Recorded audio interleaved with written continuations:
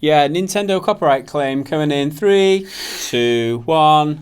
Nintendo is on a bit of a hot streak with the Switch. No, seriously, stick with us. The console is breaking sales records for the company, it's got arguably one of the best launch titles of all time, and it's had some decent reviews as well. But we do wonder, how and why has the system been such a monumental success? When it scratches people's screens, it ruins people's controllers, there's widespread reports of dead pixels, and the left-hand side of the controller doesn't respond properly if you're sitting a bit too far away from the TV. Nintendo has revealed that debut weekend sales for the Switch have exceeded any other Nintendo console in history. That's good going, and if we're being honest, it's a bit of a surprise. Nick Wingfield, a reporter for the New York Times, held an interview with Nintendo's Reggie Fils-Aimé this week, and he shared some critical sales figures regarding the Switch's launch. Wingfield tweeted details about the interview, revealing that in the console's first couple of days, sales for the Switch in the Americas had exceeded any other Nintendo system. That makes it the biggest Nintendo launch since the Wii back in 2006, and Nintendo's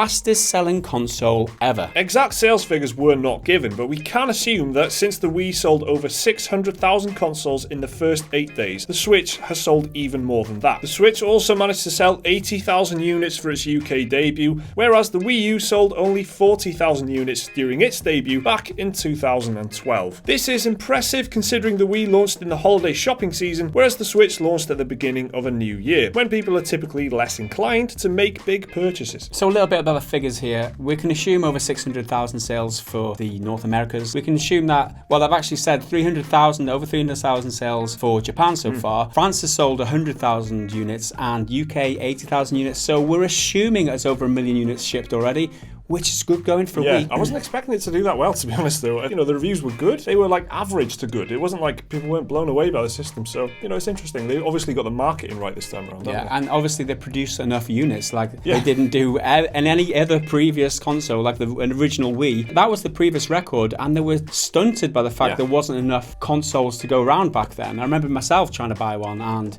it was impossible. I had to get one off eBay in the end and pay over the odds, which I will never do again because it was such a disappointment. But while sales for the Switch are off to an immense start, there have also been an alarming number of reports from players experiencing significant issues with their consoles. One of the first issues to emerge was the left Joy-Con controller, which was suffering from sync issues if the user was more than 10 feet away from the console. Nintendo said this would be fixed with the day one patch, but reports of the patch indicated mixed results. Some said it worked, whereas others found no difference whatsoever. YouTuber Spawnwave managed to open up the Joy-Con and found the signal antenna was underpowered. He also managed to extend the signal's range by resoldering the antenna, which indicates the sync issues were in fact an inbuilt hardware problem. Then came the reports that applying vinyl stickers or decals to the console or controllers could ruin the plastic that they are made from. D-Brand, an aftermarket decal supplier, broke the news that any adhesive-based stickers would cause the plastic coating to degrade when they are removed from the console. The result is pretty gnarly. Now, if all this wasn't enough, there's also been reports of the docking station actually scratching the screen whenever it's used for some people. And this is actually the worst complaint that I've probably heard so far. Apparently, people who place the Switch tablet into the dock without lining it up perfectly could end up scratching the screens on their brand new device. It quickly transpired that this was due to some of the docking stations featuring a manufacturing defect. The front-facing part of the dock was slightly bent backwards, which caused the plastic guides inside the dock to forcibly press against the screen. The docking station vanished from the official Nintendo store soon after these complaints emerged, which led to speculation that Nintendo had actually pulled it from sale. However, it turns out the dock was just out of stock and the store page has since been updated. Finally, users reported instances of freshly unboxed Switches already having dead and stuck pixels on the screen. Nintendo issued a statement saying dead and stuck pixels are normal for LCD screens and as such should not be considered a defect. That's basically the corporate way of saying it's not our problem.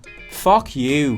What a kick in the arse, isn't it? I didn't read "fuck you" from that. I got to be honest. I know I added that to the script, Mike. I added that. But there is a huge amount of problems, a baffling amount of issues with this. Just technical, all little faults, little niggly kind of complaints about this. All like hardware related as well, the way it's been manufactured and stuff.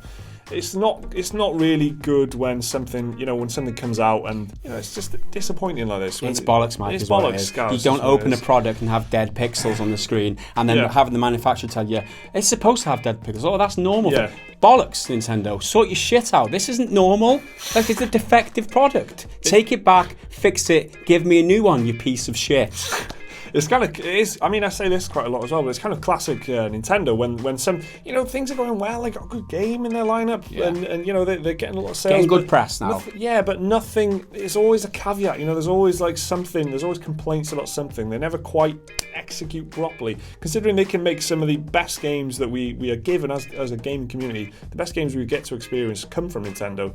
They just do things in like in an odd way. Yeah. It reeks of just cheap hardware decisions. Yeah. It's like they could have used Gorilla Glass, which was prevented plastic from scratching the screen. When do you know plastic to scratch the screen unless it's a really cheap screen? And then the plastic itself on the controller has been eaten by this adhesive they put on it. It's really cheap plastic, a really cheap screen. I mean, it just stinks. It reeks of cheap hardware. Yeah, cut corners, isn't it? And it's kind of, they're obviously trying to keep the cost down on this thing, so that they're cramming all this technology into a tablet, trying to get console quality graphics on a tablet, and they've obviously cut corners just so that it's kind of affordable. And also, you can theorize as well with things like especially with the scratching issue when you're putting a tablet in.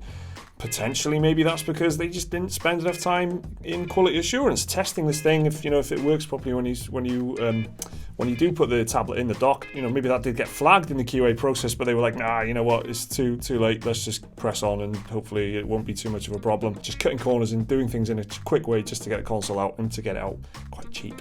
It probably helps quite a bit that the Switch launched with The Legend of Zelda Breath of the Wild, a fan favourite franchise and currently one of the most acclaimed games of all time. It's one of the few games to release in the last few years with a Metacritic score placing it in the top 10 games ever made. Breath of the Wild has actually set the record for the most 100% ratings on Metacritic, holding 43 perfect reviews, beating both Super Mario Galaxy and The Last of Us, which both had 42 perfect reviews. Nintendo's good press continued this week when indie developer Image and Form, creators of the SteamWorld games, said Nintendo were treating indies like royalty. GamesIndustry.biz detailed how Nintendo have gone out of their way to make the Switch easily accessible for them to develop and publish for. Some of the ways in which Nintendo have made the process easier include making developer kits for the consoles very affordable, priced at $450 compared to the PS4 dev kit, which costs $2,500. For a small indie dev, this is a huge incentive to develop on the Switch. Nintendo have already confirmed that more than 60 indie titles are heading for the Switch. And the final bit of news to cap off Nintendo's Switch launch week is that we now have concrete evidence that people have channeled their excitement for this console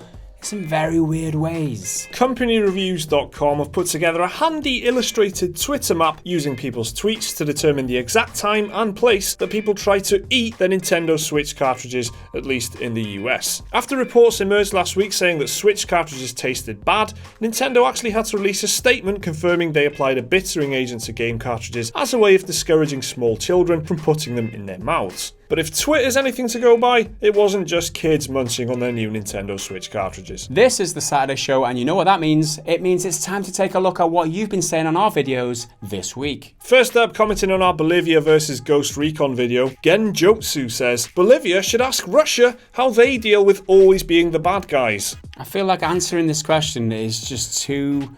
It's like a minefield, isn't it? It's a diplomatic minefield for us. Going to alienate Bolivia and Russia in the same answer. So good luck with this. Diplomatic minefield. We don't want to disturb those Welsh-Russian relations. Next up on the COD DLC video, Harshit Doobie says, fans, yeah, that's the worst Activision can do. Activision, hold my beer. Every time you think, that's it, they can't get any worse, the companies kind of seem to just take that on board and, challenge accepted. They try and throw something else at us. It's ridiculous. They find another teat to squeeze and another bit of shit to drop on your head. Hi, my name is Chris AVA says, oh my god, Activision owe me new bollocks because when you read this out, I spilled tea all over my bollocks. Well, unlucky there, dude. That is very unfortunate. It's a hard luck story if ever I heard one. Ouch. Next up on the podcast video, Barduk4 comments, are open world games really oversaturated? I mean, compared with linear games. I feel like there's a lot more linear games out there than open world ones. Yeah, I mean, that's a fair question. When we say open world games and think, open world games as we think of them, it's kind of its own specific genre, whereas linear games, there's all kinds of different linear games. First person shooters and third person action adventures are both kind of linear games. BioShock and Uncharted, they're both linear, but they're totally different genres. So open world, as I think of them anyway, is kind of the Ubisoft style, towers, bases, or they've all got very similar mechanics. So Side quests. the open world thing has just got to evolve a little bit, I think. That's what the point we were making. Also commenting on the podcast, Daniel Clark Hughes says, looks like I'm duct taping the kids to the wall for half an hour. Don't do that. Don't do that. As somebody with 2 kids of my own, I can 100%, Thanks for the advice. I can 100% concur that is probably the best thing to do. Last up on the Zelda review roundup video, Columbo Germano comments, the best game ever is the one that you can play, the one that you enjoy, and the one you have fond memories of. The best game ever is not the one other people tell you is the best. That's very true. We've all got different game, best game ever. Yeah. Usually one of your earliest ones. The reason you get Ocarina of Time, Metal Gear Solid 1, Half-Life 2, those kind of things is because people were young when they were playing them and it kind of blew their mind in some way. Certainly for me, it was Ocarina of Time. I didn't realise video games could be that awesome because before then I'd only played, SNES kind of 2D side-scrollers and stuff like that. Way to shit on the SNES there, Mike. No, I didn't realise it could be awesome. I only played the SNES. The SNES was great, but then when you give me 3 dimensions... Did you play Mario Kart on the SNES? Yes, I did, yeah. That was fucking up. What are you on? That was good. Awesome. But but it wasn't Ocarina of Time though, was it? That's the thing. Everything that reaches like a platinum tier, 10 out of 10, one of the best games ever. You can kind of agree that every single one of those is the best game of all time in some way to some people. Before we go this week, we do have to mention that one of our videos got claimed because we're not advertiser friendly. Yeah. We got told that our video about the Colombian government, the monetization has been stripped off it because we're not advertiser friendly. That's what happens when we speak our minds and we tell people what we think. There are plenty of other YouTube channels where they'll just water down what they think. We're not like that. We're pretty good gaming. We tell you exactly what we think, and we're starting to feel the repercussions of that. Yeah. So that is why when we ask you to support us on Patreon, we just want to protect ourselves from that kind of bollocks. For something that we thought there was no problem with it at all. Yeah. And bang, gone like that. So that's kind of where we're coming from. We would love to not have to rely at all on the adverts on YouTube, and for you guys to support us would mean that we would be not reliant at all, so they could come at us with everything they wanted and we could still be able to speak our minds, supported by you Jim guys. Sterling, I mean, he has no fear now because he's got such a strong awesome support. But thank you very much to everyone who's already decided to support us. I mean, it's really surprised us that so many of you stepped up already, which is incredible, the amount of support we've seen so far. Thank you very much. So that is it for our Switch launch week video. What do you think about the Nintendo Switch? How do you think it's going to go for Nintendo and the Switch in the future? Let us know down in the comments below. Like the video if you enjoyed it. Hit the subscribe button if you're new around here. Check out some more of our content around about here, and we'll see you again in the next video. Bye for now.